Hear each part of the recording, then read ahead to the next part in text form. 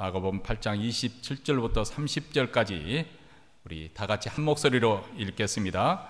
예수와 제자들이 가이사랴 빌립보 여러 마을로 나가실새 노중에서 제자들에게 물어 가라사대 사람들이 나를 누구라 하느냐 여짜와 가로되 세례 요한이라 하고 더러는 엘리야 더러는 선지자 중에 하나라 하나이다. 또 물으시되 너희는 나를 누구라 하느냐 베드로가 대답하여 가로되 주는 그리스도시니이다 하매 이에 자기의 일을 아무에게도 말하지 말라 경계하시고. 아멘. 우리 격언 중에 침묵은 금이라 하는 격언이 있죠. 한 번쯤은 다 들어보셨고 또 자신에게 적용하려고 노력했던 적이 있었을 것입니다. 왜냐하면 말로 실수를 우리가 많이 하지 않습니까? 또 말로서 죄를 짓는 경우도 많습니다. 적절하지 않은 때 또 부적절한 상대에게 불필요한 말, 필요하지도 않은 말을 늘어놓아서 문제를 더 악화시키는 경우가 왕왕 있습니다. 내가 조금 더 인내하였다면 좋았을 것을 참지 못해서 그냥 쏟아버리는 바람에 일이 낭패가 되는 그런 경우도 없잖아 있습니다.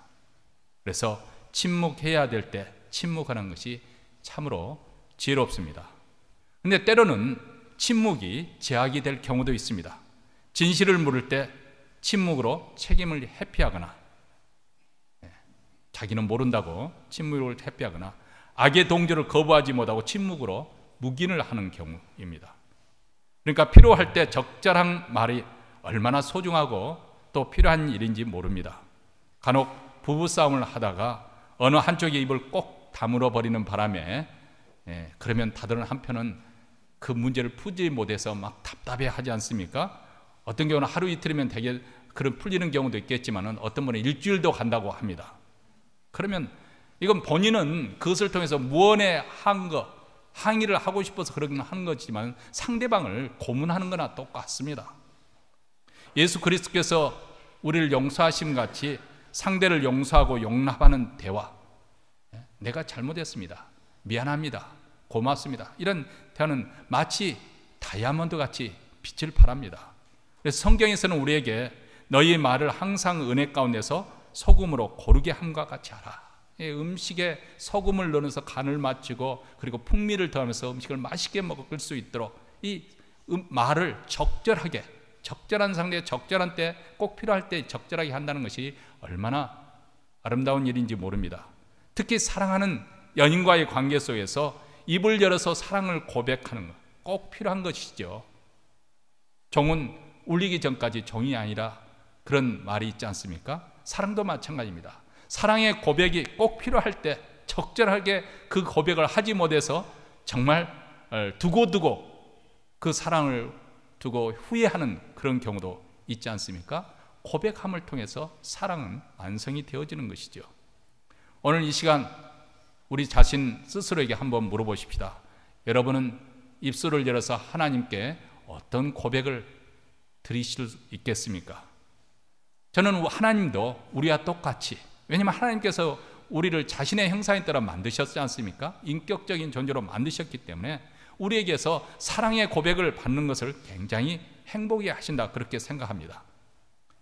물론 내가 이 세상에서 편히 살 수 있도록, 몬트레에서 이 좋은 날씨 속에 살 수 있도록 드리는 감사 기도도 하나님이 기뻐하실 것이라고 생각하지만은, 그러나 십자가를 통해서 죄인 중에 괴수인 나를 사랑하시는 그 귀한 사랑, 그 귀한 사랑에 내가 감복이 되어져서 나도 이제부터는 하나님을 사랑하고 하나님 뜻을대로 내가 섬기면서 살겠습니다, 이런 고백을 드린다면 우리 하나님께서 얼마나 감동하실까. 우리에게 이런 신앙 고백이 없다고 한다면 아직도 우리는 주님을 따를 준비가 되어 있지 않다고 생각을 합니다. 여러분, 복음서에 보면 예수께서 많은 이적과 기적을 베푸시고요, 그리고 특별히 오병이의 역사가 일어났지 않습니까? 떡덩이 5덩이와 그리고 물고기 2마리, 이 오병이의 역사가 일어났을 때 그들은 그 눈앞에 펼쳐진 그 광경을 보고 사람들이 흥분을 했습니다. 와 하고, 이 사람을 임금으로 삼으면 얼마나 좋을까. 그렇게 많은 사람들이 몰려다녔지만 예수님께서 십자가의 죽음 앞에 섰을 때는 사람들이 다 흩어져 버리고, 오히려 그 사람들이 예수를 십자가에 못 박으라고 그렇게 소리쳐 아울러서 불렀던 정말 오합줄에 불과했던 사람들입니다. 신앙생활에서 우리도 방황을 하게 되거나 또 신앙생활에 실패하는 가장 큰 이유 중에 하나는 이 신앙 고백을 잘 하지 못했을 때, 정확하게 하지 못하고 그냥 건너뛰었거나 아니면 나는 신앙 고백을 했다고 했지만은 가짜일 경우로 생각이 되어집니다. 그래서 오늘 말씀을 우리가 함께 들으면서 우리 자신의 신앙 고백에 대해 다시 한번 우리가 확실한 신앙 고백을 우리 주님께 드리고 있는지 확증할 수 있는 기회가 되어졌으면 좋겠습니다. 오늘 본문은 가이사랴 빌립보가 그 배경입니다. 예수께서 가이사랴 빌립보 여러 마을을 지나시는 중에 제자들에게 던지는 질문으로부터 시작되죠. 대개의 경우는 지명, 이스라엘 지명을 알면 우리는 그냥 넘어가기 쉽습니다만은, 하지만은 여기서는 우리가 한번 이것을 짚고 넘어갈 필요성이 있습니다. 왜냐하면 이 가이사라라는 도시가 어떤 도시인지, 가이사랴 빌립보라는 도시가 어떤 도시인지 그 배경에 대한 지식이 우리를 하면 오늘 예수께서 왜 이 질문을 하필이면 다른 장소가 아니고 이 장소에서 하셨는지 그것을 이해하는 데 도움이 되기 때문에 그렇습니다. 가이사랴 빌립보는 말 그대로 이방 사람들이 많이 살고 있는 이방인 도시입니다. 이름 자체가 히브리인의 도시의 그런 성경적인 이름과는 거리가 먼 말 그대로 그 헬라식 도시, 헤롯 대왕이 이 가이사랴 로마 황제에게 아부를 하기 위해서 그 이름을 따서 그 도시를 그렇게 요즘으로 하면 현대식으로 바꾼 그런 도시이죠. 그 당시 우상 숭배의 중심지 가운데 하나였습니다. 다시 말하면 유대인들이 많이 살지만 그곳에는 이방인들도 많이 살고 있는 이방인을 위한 도시입니다. 역사적으로 보면 그것은 바알의 숭배지였습니다. 그래서 그곳에는 14개나 되는 바알 신전들이 있었다고 하는데 그곳에서 그 바알을 위한 그런 제사의식이 베풀어지고 그 다음에는 아주 음란이 뒤따르는 그런 도시였습니다. 그뿐만 아니고 이미 말씀드린 것처럼 가이사랴 빌립보는 로마 황제에게 봉헌한 그런 도시이기 때문에 헤롯 대왕이 그 도시 중심지에 아주 화려한 그리고 아주 흰 대리석으로 지은 그런 건축물이 그곳에 자리 잡고 있었습니다. 로마 황제들 숭배하기 위해서 이 화려한 신전이 지어졌는데 아주 멋지게 지어졌던 것이죠. 근데 여러분, 예수님의 제자들은 순박한 어부들이었다는 사실을 기억하시기 바랍니다. 시골뜨기에 불과한 제자들이 그 의리한 건축물에 압도되어서 할 말을 잃었을 것입니다. 그 당시 로마는 막강한 군대 그 힘을 바탕으로 무력으로서 세상을 압도하고 그리고 굴복시켰습니다. 정복했습니다. 그 로마의 권력의 정점에 로마 황제가 보좌에 앉아 있습니다. 가끔 우리가 로마 시대 그 배경의 영화를 보면은 검투사들이 검투를 하고 마지막 그 검투사가 살아남을 때 그 검투사를 살리느냐 죽이느냐, 관객들이 막 일어나서 환호성을 치면 마지막 황제가 어떻게 합니까? 그레이데이더 영화를 보신 분은 아시겠지만은 황제가 손을 올리면 그 사람은 사는 거고 손을 내리면 그 사람 죽이는 거예요. 그 정도로 로마 황제의 권력이 막강했던 그런 시대, 그 황제의 권세와 위력을 상징하는 건축물을 배경으로 해서 예수께서 제자들에게 묻습니다. 사람들은 나를 누구라 하느냐? 자, 얘들아, 나를 한번 바라보고 사람들이 나를 누구라 하느냐? 예수께서 이렇게 물으니까 제자들이 답변해, 더러는 세례 요한이라, 더러는 엘리야라, 그런 더러는 선지자 중에 하나라고 그렇게 말합니다. 여러분, 여기서 나열된 인물들은 이스라엘 백성들에게 존경을 받는, 사랑을 받는 그런 하나님의 귀한 종들입니다. 사람들이 예수님을 그 중에 하나라고 생각하면 대단한 영광이죠. 아니, 그 시대에는 예수님이 권력자들에 의해서 정치, 종교 지도자들에게는 의심과 미움의 대상이었지만 민중들의 그만큼 예수님께서 인기가 좋았다는, 존경을 받고 있다는 사실을 의미하는 것도 아니겠습니까? 네, 예수님께서는 사람들의 여론이, 사람들이 어떻게 나를 말하는가, 그것이 중요한 것이고, 중요한 것이 아니라 지난 3년 동안 나와 함께했던 이 제자들에게 너는 나를 누구라고 생각하냐? 너희는 나를 누구라 하느냐? Who do you say I am? 이렇게 묻습니다. 그러자 수제자인 베드로가 가면이 앞서서 답변을 했습니다. 주는 그리스도시니이다. 그리스도, 이 the anointed, 기름 부음을 받은 자라. 이 말은 히브리 말로 메시아이죠. 한마디로 말해서 우리를 구원하는 자, 즉 구세주라는 그런 의미입니다.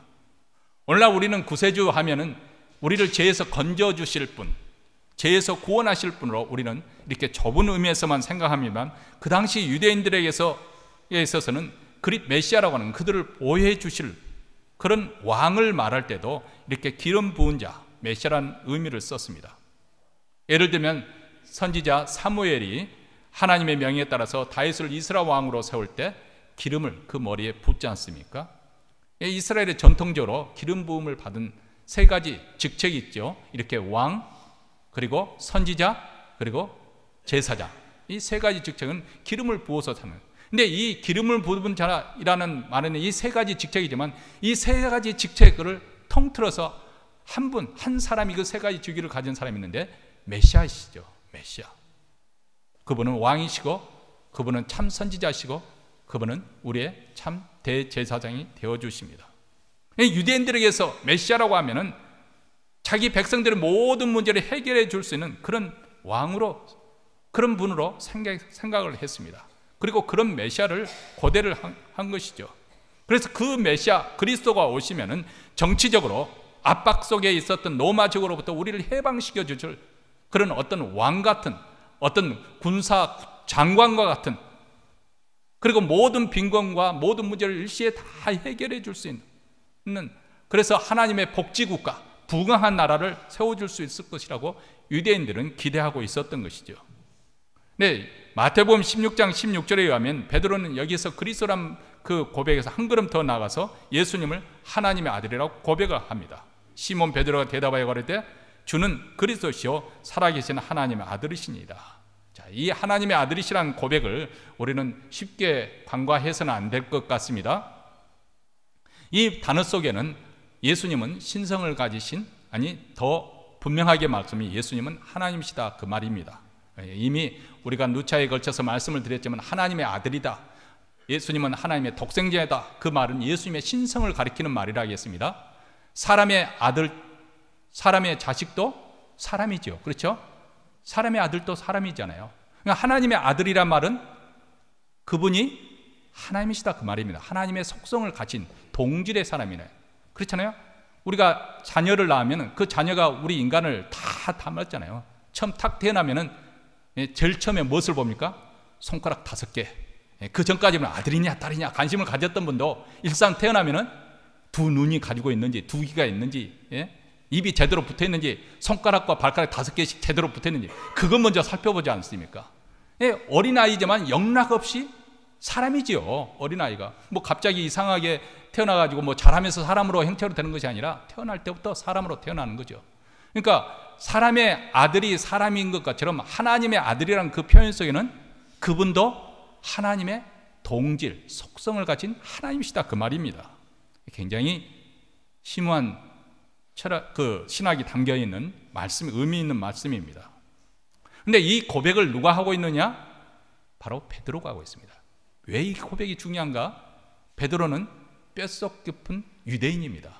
유대인으로서 감히 창조주 하나님과 동등하게 여기는 인간을 하나님 자리에 위치해 놓는 건 신성모독죄에 해당되는 거예요. 도저히 그런 고백은 할 수 없는 고백을 지금 베드로가 하고 있는 것이죠. 여러분 생각을 해보십시오. 우리가 아주 존경하는 분이 한 분 계시다고 생각을 해보십시오. 그분이 우리에게 묻기를 너희는 나를 누구라고 생각하느냐 이렇게 질문하면은 선생님은 하나님이십니다 이렇게 만약에 한다면은 그것은 찬사가 아니라 그 사람은 아마 정말 이단 교주가 아닌 이상, 정신병자가 아닌 이상, 아니 너희들 망발해도 분수가 있지 나를 어떻게 하나님이라고 그렇게 부를 수가 있느냐, 아마 노발대발 할 것입니다. 내가 정신병자냐 그렇게 할 것입니다. 그렇죠. 온전한 정신을 가진 사람치고 자신이 하나님이라고 주장하는 사람은 없습니다. 그런데 예수님은 놀랍게도 베드로의 이 고백을 들은 다음에 칭찬을 하셨습니다. 마태복음 16장 17절로부터 18절 말씀입니다. 바요나 시몬아 내가 복이 있도다. 이를 내게 알게 하신 이는 혈육이 아니요 하늘에 계신 내 아버지시니라. 또 내가 내게 이르노니 너는 베드로라. 내가 이 반석 위에 내 교회를 세우니 음부의 권세가 이기지 못하리라. 나중에 예수님께서 십자가에 못 박혀 죽기까지 유대인들에게 미움을 받게 된 가장 큰 이유 중에 하나는 예수께서 스스로 하나님과 동등하게 그렇게 아주 유대인으로 봐서는 신성 모독죄하는 그런 주장을 했었고, 자신이 하나님의 아들이신 그 주장을 그 죽는 그 자리까지 예수님은 결코 철회하지 않았습니다. 왜 그랬을까요? 그것이 진실이기 때문에 그렇습니다. 여기 우리 기독교 신앙에 모든 것이 달려 있습니다. 예수님의 하나님의 독생자이기 때문에 예수님의 탄생과 그리고 그분의 생애와 그분이 전한 말씀과 그리고 십자가의 죽음도 다 의미가 있고 우리에게 구원의 역사가 되는 것이죠. 만약 하나님이, 예수님께서 성자 하나님, 하나님의 아들이 아니시라고 한다면 아무리 그분이 거룩하고 희생적인 삶을 살았다 할지라도 그런 종교 지도자, 어떤 종교 분파의 하나의 교주에 불과하게 될 것입니다. 예수님이 하나님의 아들이시기 때문에, 즉 성자 하나님이시기 때문에 그분의 모든 말씀과 삶이 하나님의 계시가 되는 것이고, 그리고 그분의 십자가의 죽음이 우리에게 구원이 되는 줄로 믿습니다. 이 신앙 고백은 너무나도 중요합니다. 3년 동안 예수께로부터 제자 훈련을 받고 이제 마지막 최종적인, 어떻게 보면 합격하느냐 불합격하느냐 그 시험 테스트가 이 신앙 고백에 달려있다 해도 과언이 아닙니다. 3년 동안 그들이 보고 듣고 만진 것이 무엇일까요? 정말 유대인으로 출생했고 유대인으로 교육을 받았던 그 베드로가 이런 고백을 할 수 있었던 그 이유가 무엇일까요? 근데 놀랍게도 제자 요한은, 이 12명의 제자 중에 한 그 사도 요한은 나중에 훗날 이렇게 기록을 합니다. 요한일서 1장 1절과 2절 말씀입니다. 태초부터 있는 생명의 말씀에 관하여는 우리가 들은 바요 눈으로 본 바요 주목하고 우리 손으로 만진 바라. 이 생명이 나타내신 바 된지라. 이 영원한 생명을 우리가 보았고 증거하여 너희에게 전하노니 이는 아버지와 함께 계시다가 우리에게 나타내신 바 된지 아니라. 예수님에 대해서 지금 표현을 하고 있는데 아주 신비로운 그런 신성에 대해서 이렇게 표현을 하고 있습니다. 사도 요한이 직접 보고 듣고 만져보았다는 것입니다. 그리고 말합니다. 말씀이 육신이 되어 우리 가운데 거하시는 하나님이라고 그렇게 고백을 합니다. 요한복음 1장 18절에도 본래 하나님을 본 사람이 없으되 아버지 품속에는 독생하신 하나님이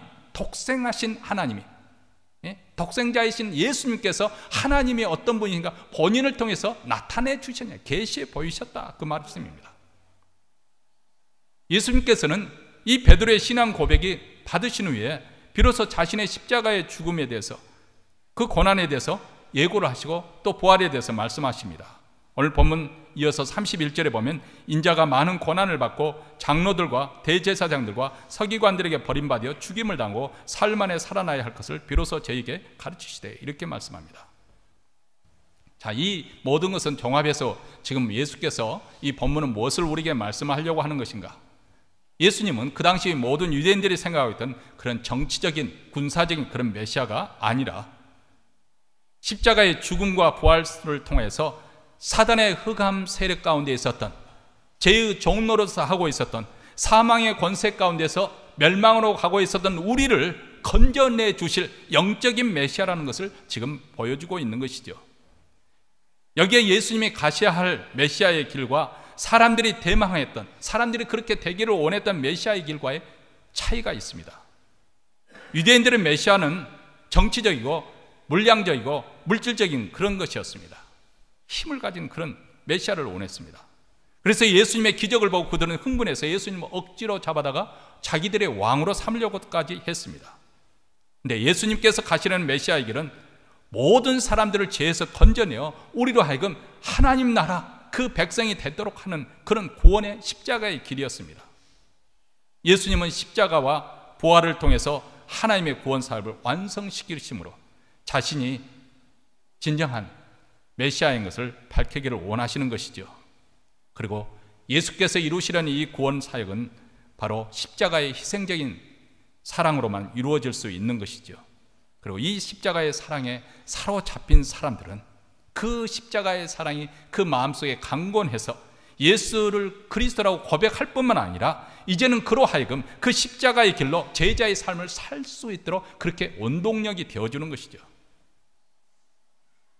여러분, 이러한 진리는 세상 사람들에게 숨겨진 거예요. 아니, 숨겨진 비밀이라기도 좋을 것 같습니다. 숨겨진 미스터리입니다. 모든 사람들에게 오늘 저의 설교를 통해서 다 하나님의 구원의 방식에 대해서 설명을 듣지만 사람들도 다 듣습니다. 그런데 그들에게는 여전히 감춰져 있는 거예요. 왜냐하면 하나님께서 우리를 찾아오시는, 하나님께서 우리를 구원하는 방식이 너무나도 사람들의 차원을 뛰어넘는 뜻밖의 방법, 그것은 겸손에 있기 때문에 그렇습니다. 그래서 하나님의 영광을 놓치는 경우가 많이 있습니다. 하나님은 우리를 구원하시되 겸손한 방법으로 우리를 설득하십니다.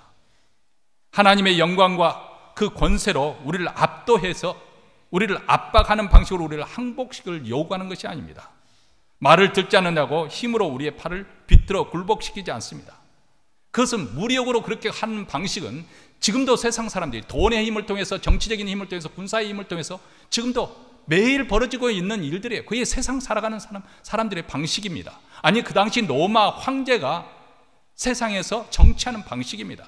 자기가 가지고 있는 군사력의 힘을 동원해서 자기를 대항하는 그 국가를 섬멸시키고 무너뜨리고 정복하고 다스리고 치료하는 그 방식이 바로 세상 방식입니다.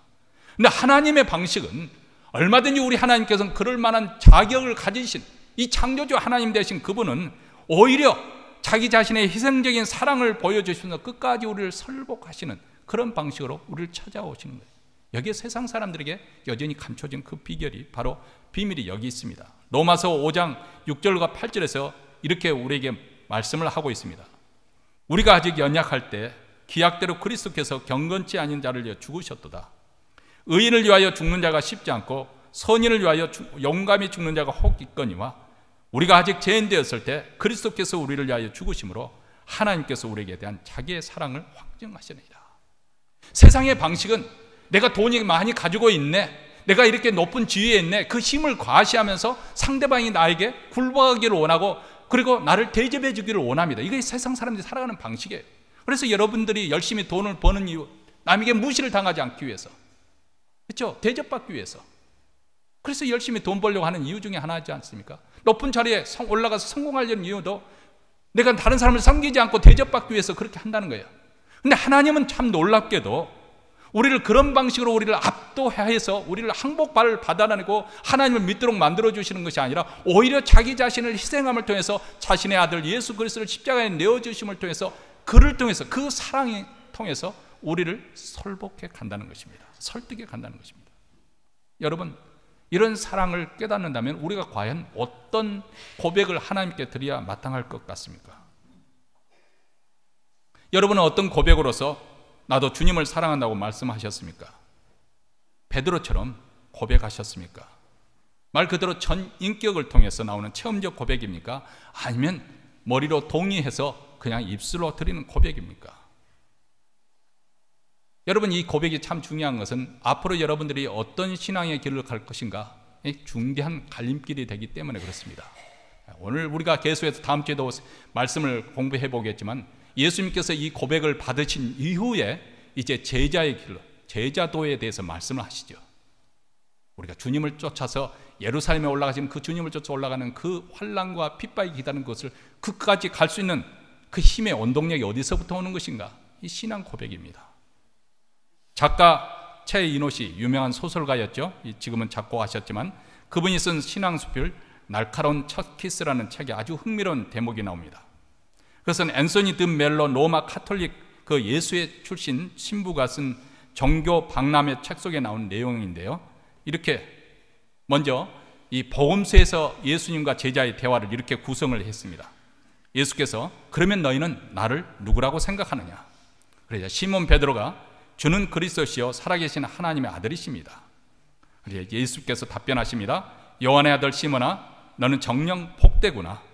너에게 이를 알려주신 분은 사람이 아니라 하늘에 계신 아버지십니다. 오늘날 신자들과 예수님과의 대화는 그러면 어떻게 이루어질까? 예수께서 묻습니다. 그러면 너희는 나를 누구라 하느냐? 오늘날 크리스찬은 주는 살아계신 하나님의 아들 그리스도십니다. 이제 예수께서 이렇게 답변하십니다. 훌륭하고 옳은 대답이다. 그런데 너는 불행하구나. 너는 그것을 사람에게서 배웠고 하늘에 계신 아버지께서 너에게 그것을 가르쳐 준 것은 아니니라. 물론 이것은 작가가 우리에게 어떤 의미를 전달하려고 재구성한 그런 것인데 한번 우리가 깊게 한번 그 의미가 무엇인지 생각을 해보고자 합니다. 예수님은 제자들에게 아무것도 가르쳐 주지 않으셨고 불쑥 질문부터 던졌습니다. 너희는 나를 누구라 생각하느냐? 모두들 당황했지요. 아무도 이에 대해서 정답을 가르쳐 준 자가 없었기 때문에 그렇습니다. 그러자 그들에게 정답을 가르쳐 주신 이는 누구라고 성경에서 말씀하고 있습니까? 하늘에 계신 내 아버지께서, 하늘에 계신 아버지께서 그들에게 정답을 가르쳐 주었습니다. 자, 주님은 이 순간 우리에게 똑같은 질문을 던지십니다. 그러면 너희는 나를 누구라 생각하느냐? 자, 우리는 베드로처럼 그리고 제자들처럼 당황할 필요가 없습니다. 왜냐하면 우리는 그 정답을 이미 다 알고 있기 때문에 그렇습니다. 마치 수능 시험을 치르는 학생처럼 정답을 외우고 있기 때문에 우리는 서슴없이 답변할 수 있죠. 주는 살아계시는 하나님의 아들이시고 그리스도십니다. 우리도 베드로의 고백과 똑같은 정답을 우리가 말씀을 드렸습니다. 그런데 답변은 똑같아도 그 내용은 하늘과 땅의 차이가 있을 수 있다는 것을 지금 이 신부는 지적하고 있는 것이죠. 베드로는 그 답변을 가르쳐주면 하늘에 계신 아버지께로 받았지만 우리가 대답을 할 수 있는 그 가르쳐주는 분은 누구냐 하면은 하나님이 아니시라 다른 사람이 우리에게 가르쳐줄 수 있다, 그 말입니다. 마치 시험에 나올 예상 문제들을 미리 예상하고 정답을 암기하는 그 학원의 수강생처럼 회사 면접 시험에서 나올 질문들을 예상하고 모범적인 답변을 미리 준비한 신입사원처럼 그렇게 답변할 수 있다, 그 말이죠. 그래서 멜론 신문은 다음과 같이 결론을 내리고 있습니다. 누군가가 우리를 대신해서 미리 대답을 다 주는 바람에 하늘에 계신 우리 아버지께서는 그것을 가르쳐 주실 겨를이 없는 것이다. 물론 문제를 너무 심플하고 또 다 그렇다는 것도 아니고 또 일부 그럴 수도 있겠죠. 근데 오늘 우리의 신앙의 위기는 어쩌면 여기서부터 비롯한 것이 아닐까 생각이 되어집니다. 하나님의 음성을 듣기보다는 우리를 대신해서 미리 해답을 주는 자들의 말에 귀에 더 기울이고 있기 때문에 그렇습니다. 우리가 겸손해야 될 이유가 여기 있습니다. 우리가 하나님을 잘 안다고 미리 지레짐작하거나 그럴 것이라고 추측하는 것은 대단한 교만이지요. 우리가 하나님에서 알면은 얼마나 알겠습니까? 사실 하나님께서 주신 이 세상에 대해서도 우리가 얼마나 알 수 있다고 말할 수 있겠습니까? 이 우주에 대해서 과연 우리가 잘 알고 있는 것일까요? 역사와 인생에 대해서 우리가 잘 알고 있습니까? 그래서 우리의 인생에 문제가 없고 고민 또한 없습니까? 아니지 않습니까? 우리는 우리 인생에 대해서도 제대로 파악을 못하고 삽니다. 하물며 창조주 하나님 그리고 성자 하나님께 대해서 무엇을 우리가 알고 고백할 수 있겠습니까? 그분의 영원한 신성에 대해서, 그분의 무궁한 지혜와 구원에 대해서, 십자가로 우리 죄를 구속해 주시는 그분의 은혜에 대해서 우리가 얼마만큼 깊이 있게 깨달아 알 수 있겠습니까? 그러므로 우리는 기도할 수밖에 없습니다.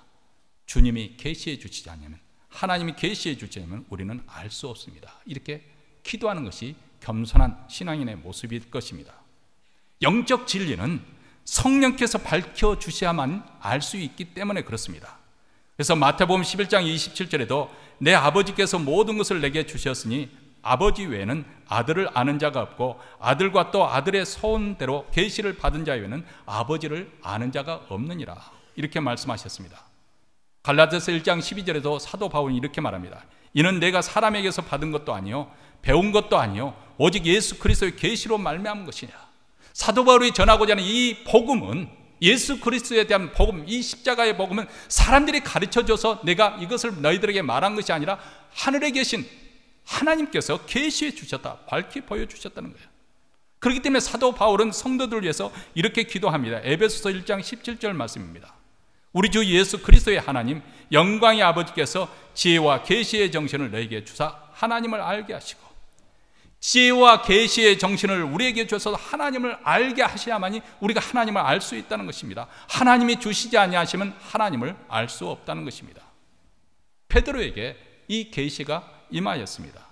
그래서 확연히 알고 신앙을 고백했습니다. 아, 이분이 메시아시구나, 이분이 바로 하나님이시구나, 이분이 바로 우리의 구세주가 되시는구나. 여러분, 우리의 고백은 무엇입니까? 그 고백이 혹시 목사가 여러분의 머릿속에 집어넣어 준 것은 아닙니까? 세례 문답을 공부한, 이제 세례식을 하기 전에 세례 문답을 하면 공부를 하는 가운데 중요한 암송해야 될 부분이 있죠. 예수 그리스도를 누구로 믿습니까? 다 공부를 하잖아요. 공부를 해서 우리가 배웠잖아요. 혹시 이런 과정을 통해서 여러분의 신앙 고백이 이루어진 것은 아닙니까? 근데 자칫하면 그것이 가짜 고백이 될 수가 있다, 그 말이죠. 내 진정한 고백이 되지 못할 수가 있다는 거예요. 단지 남의 말을 빌려서 한 것뿐일 수가 있습니다. 이런 신앙 고백은 핍박과 환난의 무서운 폭풍이 훅 불면 겨처럼 바람에 날려가 버릴 것입니다. 아무리 겉모습은 교회와 성도의 모습을 갖추고 있어도 예수께 대한 분명한 신앙 고백이 없다면 대단히 위험한 기초 위에 세워진 건물과도 같습니다. 언제 붕괴될지 모릅니다. 어느 날 갑자기 승승장구하던 그런 직장에서 여러분들이 쫓겨나고 당할 때, 해고의 소식을 들었을 때, 여러분의 사랑하는 자녀들 그 가정에 문제가 생겨서 이혼한다는 그런 소식이 들렸을 때, 아니 여러분이 병원에 갔을 때 암으로 판명돼서 시한부 인생이라고 그렇게 선고를 받았을 때, 아니 이제 죽음을 목전에 두었으니 인생의 최고의 시련을 만났을 때 과연 여러분의 토대가 어디에 세워졌는지 그때 분명하게 드러나게 될 것입니다. 여러분 세월호 사건 잘 기억하고 계시죠? 세월호 사건의 뒷면에 가려진 여러 가지 이야기들이, 에피소드들이 참 많습니다만 그중에 어느 학부모의 인터뷰한 그런 글을 제가 읽어보았습니다. 사랑하는 그 딸을 물속에 수장하고 난 다음 이제 아직도 그때 아직 그것을 이렇게 끌어내 인양하지 못한 그런 상태에서 인터뷰가 진행이 되어졌는데요.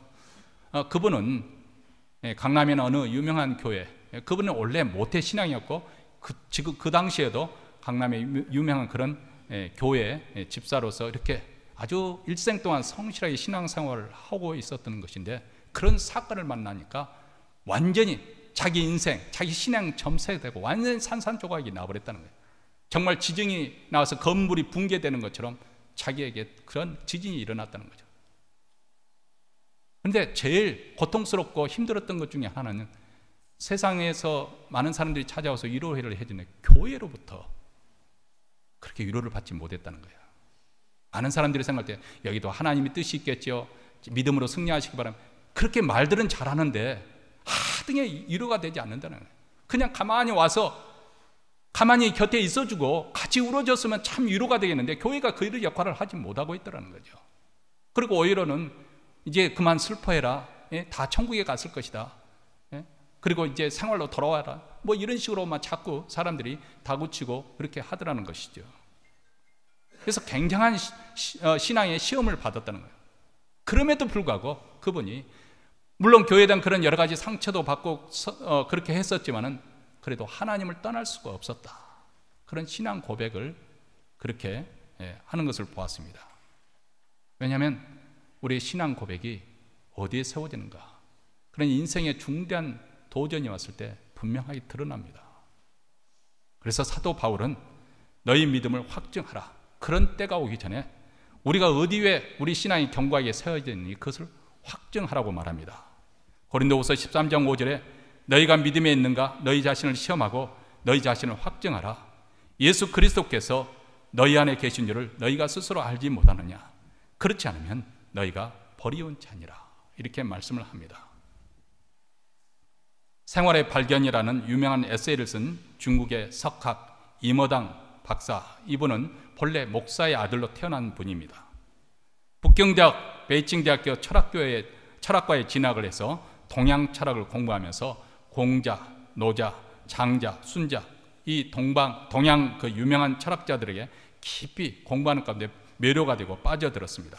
그래서 그분이 어렸을 때 가졌던 신앙을 버리게 되었습니다.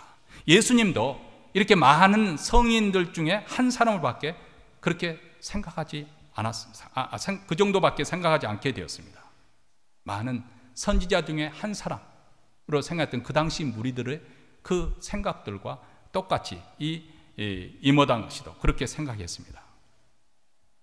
근데 미국 유학에 와서 아내의 권유로 교회에 출석하면서 설교를 듣던 중에 어느 날 갑자기 예수님이야말로 우리 인생의 죄와 죽음의 문제를 해결해 주시는 유일무이한 구원자라는 사실이 확연히 깨달아지고 믿어졌습니다. 참 놀라운 거예요. 그분의 말에 의하면 그날 목사님이 설교한 것이 특별한 것이 아니었다는 거예요. 늘상 듣던 그런 목사의 설교였는데 그날 그 깨달음이 문득 왔다는 거예요. 그때 비로소 60년 동안 그가 방황했던 이 사상적인 방황을 끝내고 예수님을 자신의 그리스도로 고백하는 그런 일이 일어났습니다. 그가 예수님을 그리스도로 고백한 이후에 외친 유명한 한마디 말이 있습니다. 태양이 떴다. 촛불을 꺼라. 그렇죠? 밝은 대날에 촛불을 켜고 다닐 사람이 어디 있겠습니까? 예수님을 만난 후에 지난 세월 동안 그가 그토록 존중하고 존경했던 성인들의 사상과 그리고 예수님과 비교를 해보았더니 그것은 단지 태양 앞에 촛불에 불과했다는 거예요. 태양이 떴다. 촛불을 꺼라. 이 우주 태양계에서 제 아무리 크고 아름다운 멋있는 행성들이 있다 할지라도 그 항성들이 그 모양과 자태를 뽐내고 돌아다니지만은 그러나 그 모든 것은 다 태양의 들러리에 불과합니다. 다들 태양빛에 받아서 그것을 발아서 빛을 발하는 것이 스스로 발광체는 아니죠. 태양계에서는 태양만이 발광체입니다. 스스로는 아무것도 아닙니다. 마찬가지로 이 세상에서 한 시대를 풍미하면서 나름대로 사상과 이데올로기를 주장하면서 사람들의 마음을 사로잡았던 그 어떤 인물도 다 지내놓고 보면은 하늘에 떠다니는 수많은 별들 중에 하나와 같은 그런 존재에 불과하다는 거예요. 여러분, 요즘엔 청소년들뿐만 아니라 아줌마들까지 한국의 방탄소년단이라고 하는데 참 대단하지 않습니까? 그것도 한국말로 부르는데 전 세계 팬들이 얼마나 대단한지 몰라요. 임 장로님은 무슨 말인고 지금 어리둥절하신데 하여간 한번 알아보세요. 얼마 전에 빌보드에서도 이렇게 상도 받고 아주 대단하고 있어요. 대단히 활약이 대단합니다. 그냥 보니까 이게 청소년들만 아니라 아줌마들도 열광을 하더라고요. 그냥 자기들끼리 열광을, 인터넷에서 말도 아닙니다. 열광을 합니다. 근데 이렇게 사람들의 마음을 사로잡은 아이돌도 잠깐 반짝여서 사라진 별들, 말 그대로 스타, 그래서 스타죠. 그 별들에 불과한 거죠. 예수님만이 영원토록 그 빛과 영광이 꺼지지 않냐는 태양과 같은 분이십니다. 오늘날 우리 성도들에게 어떤 영적인 문제, 어떤 위기가 있다고 한다면 바로 이 신앙 고백이 너무 가볍게 취급되고 있는 사실입니다. 그렇죠? 세례식을 받기 위해서 신앙 고백하는데 너무 그것을 쉽게 생각하는 거예요. 왜냐하면 여기에 어떤 불이익이나 박해를 받지 않기 때문에. 근데 이 속에 담겨져 있는 이 엄청난 의미를 더 깊게 생각해 보지 않는 것이 더 큰 문제입니다. 내가 세례 받을 때 그런 고백을 했기 때문에 다 한다고 생각하는 것이죠. 그래서 주님에 대한 이해가 너무 피상적이다 그 말입니다. 다 안다고 생각하죠. 그러니까 주님을 얼마 정도 내가 알고 있느냐에 따라서 내 삶을 얼마 정도 헌신하느냐, 그것이 결정이 되어지는 거죠. 만약에 주님을 아는 지식이 이만큼 많아졌다면, 그 많은 가치가 있다고 한다면 내 삶을 전폭적으로 들여도 우리는 조금 더 아까워하지 않을 것입니다. 그 주님께 생명을 걸 것입니다. 사실 지금도 아직도 이 소수의 사람들은 이 신앙 고백이 생명처럼 소중한 것이죠. 그래서 그들은 그 고백에 자신의 생명을 걸었고, 그래서 순교하는 자들까지 생기는 거 아니겠습니까? 세상 사람들은 그분을 소홀히 여겼습니다. 오직 소수의 사람들만이 그분을 따랐고 그분을 하나님이라고 고백했습니다. 그리고 그 신앙 고백 위에 하나님의 교회가 세워졌고, 그리고 온갖 핍박에도 불구하고 여전히 굳건하게 서서 신앙을 지키고 전 세계로 퍼져나가서 오늘 우리에게까지 이 복음이 증거되고 전파돼서 우리가 예배의 자리로 나올 수가 있게 되었습니다. 주님은 오늘도 이 고백 위에 내 교회를 세우겠다고 말씀을 하십니다. 이 세상이 아무리 물질로 인해서 물질 만능주의가 되어져서도, 세상이 아무리 부패하고 썩어져 간다 할지라도, 사람들이 아무리 복음을 거부하고 비웃나 하더라도 우리 주님께서는 그 가운데 내 교회를 세우겠다고 말씀하시고 음부의 권세가 이 교회를 이기지 못할 것이다. 그렇습니다. 이 세상의 과학 문명의 발달을 볼 때 신앙 생활하는 사람이 구태의연하게 보이고 교회가 시대를 뒤진 그런 미신적인 것을 믿는 것처럼 보이지만은 예수님께서 다시 오시는 그날까지 여전히 교회는 굳건하게 서 있을 것을 우리 주님께서 세상 끝날까지 항상 너희와 함께 하시겠다. 여러분은 이것을 믿습니까? 이 예수님이 나의 유일하고도 절대적인 구원자가 되시고 왕으로 영접하고 날마다 주님의 말씀에 순종하고 믿음으로 살아서 장차 그리스도의 영광스러운 그 재림 때 기쁨으로 참여하고자 하는 그런 열망, 그런 소원을 여러분 가지고 있습니까? 여러분들이 인생의 위기를 여러 가지로 만났겠지만 앞으로도 또 겪을 수도 있겠지만 어쩌면 예수님께 다시 오시기 전에 어쩌면 우리 많은 사람들이 나의 인생의 개인적인 종말을 맞이할지 모릅니다. 언제 죽음이 찾아올지 모릅니다. 그 죽음 앞에 두게 될 때 과연 여러분의 신앙 고백, 주는 그리스도시요 살아계신 하나님이십니다, 이 고백 통해서 죽음의 공포를 극복할 수 있겠습니까? 그런 믿음으로 여러분이 굳건하게 세워질 수 있겠습니까? 이 놀라운 신앙 고백 위에 여러분의 삶이 재구성되어지고 또 그리고 이런 신앙 고백 위에서 음부의 권세도 이길 수 있는 그런 놀라운 축복이 여러분과 함께 하기를 주의 이름으로 축원합니다.